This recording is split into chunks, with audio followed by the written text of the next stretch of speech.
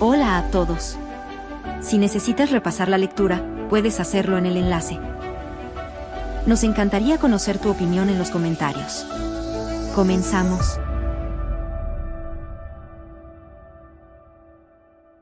Qué alegría es tener la oportunidad de compartir con ustedes las riquezas que encontramos en la Biblia. Hoy vamos a reflexionar sobre un capítulo muy especial del Evangelio de Mateo, el capítulo 5, que contiene algunas de las enseñanzas más profundas de Jesús. Mateo 5 empieza con Jesús dando un sermón en una montaña. Imagínense a Jesús, sentado en un lugar alto, con la multitud reunida a su alrededor, ansiosa por escuchar sus palabras. El primer tema que aborda Jesús es lo que conocemos como las bienaventuranzas. Estas son una serie de declaraciones en las que Jesús habla de los bienaventurados. En nuestra lengua, bienaventurado significa algo así como bendecido o afortunado. Pero estas bendiciones son un poco sorprendentes, no son las cosas que normalmente pensamos cuando hablamos de bendiciones. Jesús dice, bienaventurados los pobres en espíritu, y bienaventurados los que lloran. Parece extraño, ¿verdad? ¿Cómo pueden ser benditos los que lloran o los que son pobres en espíritu? Pero eso es lo que hace Jesús, voltea las expectativas del mundo. Para Jesús, la verdadera bendición no es la riqueza, ni el poder, ni la felicidad según los estándares del mundo. La verdadera bendición viene de la relación con Dios. Así, los pobres en espíritu, los que reconocen su necesidad de Dios, son benditos porque de ellos es el reino de los cielos. Los que lloran, son benditos porque recibirán el consuelo de Dios. Cada una de las bienaventuranzas presenta este contraste entre las expectativas del mundo y las bendiciones de Dios. Vale, ahora estamos en una parte especialmente importante. El versículo 13 dice, vosotros sois la sal de la tierra. ¿Alguna vez has pensado en la sal? Es un ingrediente muy pequeño, pero tiene un gran impacto en el sabor de la comida. Si no se pone sal en una comida, puede que nos parezca sosa. La sal era muy valiosa en tiempos de Jesús, se usaba para preservar la comida además de darle sabor.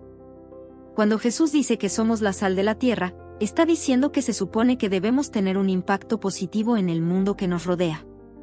Igual que la sal, Jesús dice que nosotros somos esenciales para el mundo. Nuestro papel como cristianos es dar sabor al mundo con el amor y la bondad de Dios. Siguiendo con esta metáfora, Jesús dice que si la sal pierde su sabor, ya no sirve para nada. Esto puede parecer un poco duro, pero lo que está diciendo es que, como seguidores de Cristo, debemos esforzarnos en vivir nuestra fe. Si decimos que somos cristianos, pero no mostramos amor, bondad y justicia, entonces no estamos cumpliendo con nuestra misión. Luego, Jesús dice, vosotros sois la luz del mundo, en el versículo 14. La luz nos ayuda a ver y a encontrar nuestro camino en la oscuridad. Como cristianos, nuestra vida debería iluminar el camino para los demás, mostrándoles el amor y la misericordia de Dios. Pero hay algo muy interesante aquí, porque Jesús no dice que deberíamos ser la luz del mundo. No, dice que somos la luz del mundo.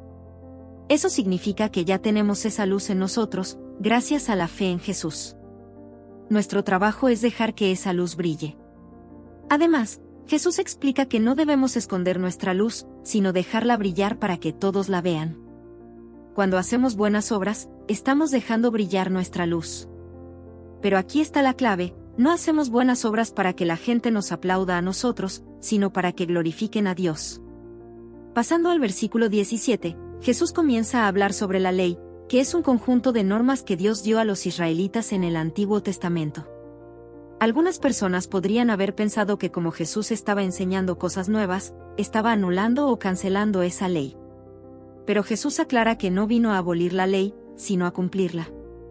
Esto puede ser un poco complicado de entender, pero lo que Jesús está diciendo es que Él es la cumplimentación de todo lo que la ley y los profetas, que eran los líderes espirituales del Antiguo Testamento, señalaban.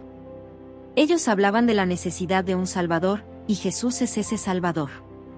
Y aquí, Jesús dice algo que a veces puede ser difícil de escuchar. En el versículo 20, dice que nuestra justicia debe ser mayor que la de los escribas y fariseos para entrar en el reino de los cielos. Pero, ¿no eran los escribas y los fariseos personas muy religiosas que seguían todas las normas de la ley? Bueno, sí, pero Jesús está hablando de algo más profundo que seguir un conjunto de normas. está hablando de la actitud del corazón. Los escribas y fariseos a veces seguían las normas de la ley solo por seguir las normas, no por amor a Dios o a los demás. Jesús nos dice que nuestra justicia debe ir más allá de las reglas. Debe ser un amor genuino por Dios y por los demás. Esto es una gran lección para todos nosotros, porque a veces podemos caer en la trampa de pensar que solo necesitamos seguir ciertas reglas para ser buenos cristianos. Pero Jesús nos recuerda que el cristianismo no se trata solo de reglas, sino de una relación de amor con Dios y con los demás. Ahora, en el versículo 21, Jesús empieza a explicar más en detalle lo que significa esto. La ley decía, no matarás, pero Jesús dice que no debemos ni siquiera enojarnos con nuestro hermano. ¿Por qué? Porque el asesinato comienza con el odio y la ira en el corazón. Esto nos enseña que Dios se preocupa no solo por nuestras acciones, sino también por nuestros pensamientos y sentimientos. Dios quiere que nos amemos y nos respetemos mutuamente, no solo en nuestras acciones, sino también en nuestros corazones. Creo que esta es una gran lección para nosotros, porque a veces podemos pensar que mientras no hagamos nada malo, está bien tener pensamientos o sentimientos negativos. Pero Jesús nos recuerda que debemos esforzarnos por amar y respetar a los demás, tanto en nuestras acciones como en nuestros corazones. Jesús continúa esta enseñanza con los versículos 27 y 28, donde habla del adulterio. Al igual que con el asesinato, dice que el adulterio comienza en el corazón. Si alguien mira a una persona con deseo sexual, ya ha cometido adulterio en su corazón. Nuevamente, esto nos enseña que Dios se preocupa por lo que ocurre en nuestros corazones. No solo debemos controlar nuestras acciones, sino también nuestros pensamientos y sentimientos. Después de explicar cómo nuestras acciones y pensamientos deben alinearse con el amor y el respeto a los demás, Jesús da más ejemplos sobre cómo vivir la ley de Dios en formas más profundas y significativas. En los versículos 31 y 32, Jesús habla del divorcio. Según la ley del Antiguo Testamento, un hombre podía divorciarse de su esposa dándole un certificado de divorcio. Pero Jesús dice que eso no es suficiente. Él enfatiza la santidad del matrimonio y dice que no deberíamos divorciarnos a menos que haya habido infidelidad. Esto puede parecer un tema difícil, especialmente en el mundo de hoy, donde el divorcio es bastante común. Pero lo que Jesús está enseñando aquí es la importancia de los compromisos. Cuando hacemos un compromiso, especialmente un compromiso tan importante como el matrimonio, debemos esforzarnos por mantenerlo. No deberíamos abandonarlo a la primera señal de problemas, sino que deberíamos trabajar para resolver esos problemas y mantener nuestro compromiso. Continuando en los versículos 33 a 37, Jesús habla sobre los juramentos.